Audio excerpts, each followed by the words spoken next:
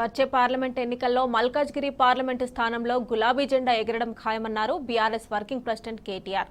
Assembly ఎన్నికల్లో గ్రామాల్లో కాంగ్రెస్ మాయమాటలు నమ్మి మోసపోయిన ప్రజలంతా ఇప్పుడు బీఆర్ఎస్ ను గెలిపించేందుకు ముందుకు వస్తున్నారని చెప్పారు. కాంగ్రెస్ ప్రభుత్వానికి మాటలు తప్ప చేతలు సాధ్యం కావని కేటీఆర్ విమర్శించారు. కాంగ్రెస్ ఇచ్చిన 100 హామీలను నెరవేర్చకుంటే బొందలో పాతిపెడతామన్నారు. ఇక ఉప్పల్ నియోజకవర్గ స్థాయి బీఆర్ఎస్ ముఖ్య కార్యకర్తల సమావేశంలో పాల్గొన్న కేటీఆర్ గులాబీ శ్రేణులకు దిశానిర్దేశం చేశారు. గవర్నమెంట్ లో మనం ఉన్నామా కాంగ్రెస్ వాడు ఉన్నాడా నాకైతే అర్థమవుతలేదు. ఆడికెళ్ళిడికి రానికే యుద్ధం చేయాల్సి వచ్చింది. మొత్తం పిసికి చంపేశారు పైకి వచ్చేదాకా. ఎట్లాగో పార్లమెంట్ లో కూడా మల్కాజ్గిరి మడత పెట్టి కొడతాం, కాంగ్రెస్ ను తప్పకుండా కొడతాం.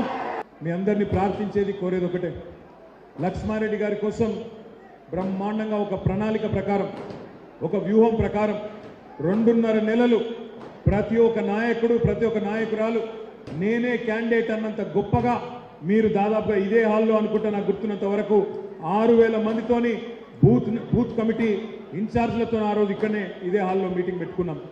బ్రహ్మాండమైన పని చేసినారు కాబట్టి లక్ష్మారెడ్డి గారు ఇంత పెద్ద మెజారిటీతోని గెలుపొంది ఇలా ఉప్పల్ ఎమ్మెల్యేగా ఉన్నారు. నాకైతే సంపూర్ణమైన విశ్వాసం ఉంది. జిహెచ్ఎంసీలో ప్రజలందరూ కూడా బ్రహ్మాండంగా ఆలోచించి కేసీఆర్ గారు అయితేనే హైదరాబాద్ బాగుంటుంది, తెలంగాణ బాగుంటుంది అని ఆలోచించి అభివృద్ధి కోసం ఇక్కడ ఓటేసింది. కానీ జిల్లాలలో కొంతమంది పాపం సోదరులు సోదరిమణులు కాంగ్రెస్ పార్టీ చెప్పిన 420 హామీలు, వాళ్ళు ఇచ్చిన 420 మాటలు అవన్నీ నమ్మి కొంతమంది మోసపోయింది. కానీ ఆ మోసపోయిన వాళ్ళు కూడా ఇప్పుడిప్పుడే తెలుసుకుంటున్నారు, ఈ ప్రభుత్వం మాటల ప్రభుత్వం మాత్రమే, చేతల ప్రభుత్వం కాదు, కేవలం బిల్డప్లు ఇచ్చుకునే ప్రభుత్వమే అనే మాట అర్థమవుతా ఉన్నది. మా ఆడబిడ్డలకు చెప్పినారు, మహాలక్ష్మి అని చాలు చేస్తాం, బస్సు ఫ్రీ, బంగారం ఫ్రీ, మహాలక్ష్మి పెడతాం, నెలకు 2,500 ఇస్తాం, 500 రూపాయలకు సిలిండర్ ఇస్తాం. అదేవిధంగా ఇంకా చాలా హామీలు ఆడబిడ్డలకు ఇచ్చినారు. 100 రోజుల్లో వాళ్ళు ఇచ్చిన హామీలు అమలు చేయకపోతే వాళ్లకు బొంద దవ్వుడు స్టార్ట్ చేద్దాం. కాంగ్రెస్ పార్టీని ఆ బొందలోనే పూడ్చిపెట్టే దిశగా ఆలోచన చేద్దాం. ముఖ్యమంత్రి రేవంత్ రెడ్డి గారు ఆయన ఆలోచించుకోవాలా. ఆయన మాట్లాడే మాటలు ఇలా ప్రజలు అసహించుకుంటా ఉన్నారు. అనాగరికంగా ముఖ్యమంత్రి పదవిలోకి వచ్చినాక కూడా అనాగరికంగా మాట్లాడడం అనేది మంచిది కాదు.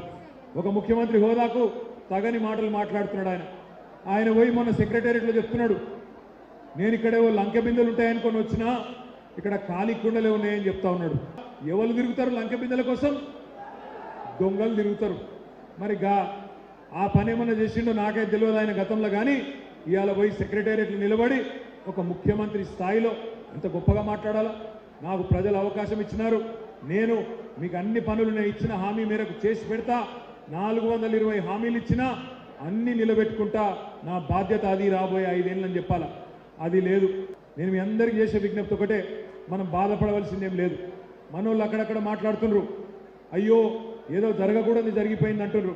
ఏం బాధపడకండి, ఎందుకంటే ఇదే ప్రజలు మనకు 2 సార్లు అవకాశం ఇచ్చింది, 10 ఏళ్ళ అవకాశం ఇచ్చిండ్రు, నడుపుమన్నారు, నడిపినాం. అయినా నేను అనుకునేదైతే మొన్న జరిగింది మన మంచికే అనుకుంటున్నాం. ఎందుకంటే చీకటి ఉంటేనే వెలుగు విలువ కూడా తెలుస్తుంది. ఈ నికృష్టమైన కాంగ్రెస్ పరిపాలన చూస్తేనే కేసీఆర్ గొప్పతనం కూడా తెలుస్తుంది.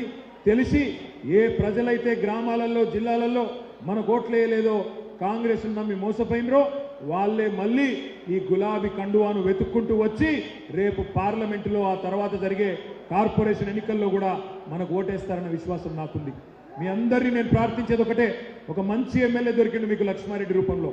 చక్కటి ఎమ్మెల్యే, సొంత పైసలు కూడా ఖర్చు పెట్టుకొని సేవ చేసే ఎమ్మెల్యే గారు మీకుండడం మీ అదృష్టం.